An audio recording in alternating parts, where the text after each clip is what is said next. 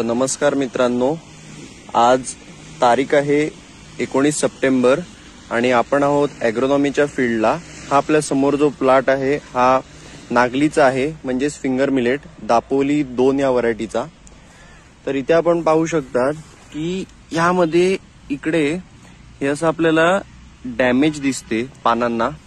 तर डॅमेज कशामुळे असते तर ते आहे, हे पहा, ही समोर आपल्याला अळी दिसते।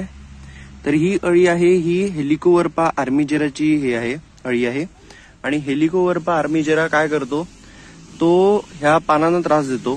सकाळच्या वेळेमध्ये तो आपल्या झाडाच्या एकदम सेंटरमध्ये असा बडमध्ये लपून राहतो पानांच्या इकडे, आणि जसा अंधार पडतो तसं तो तिकडून बाहेर येतो आणि हे असं पानांना डॅमेज कॉज करतो।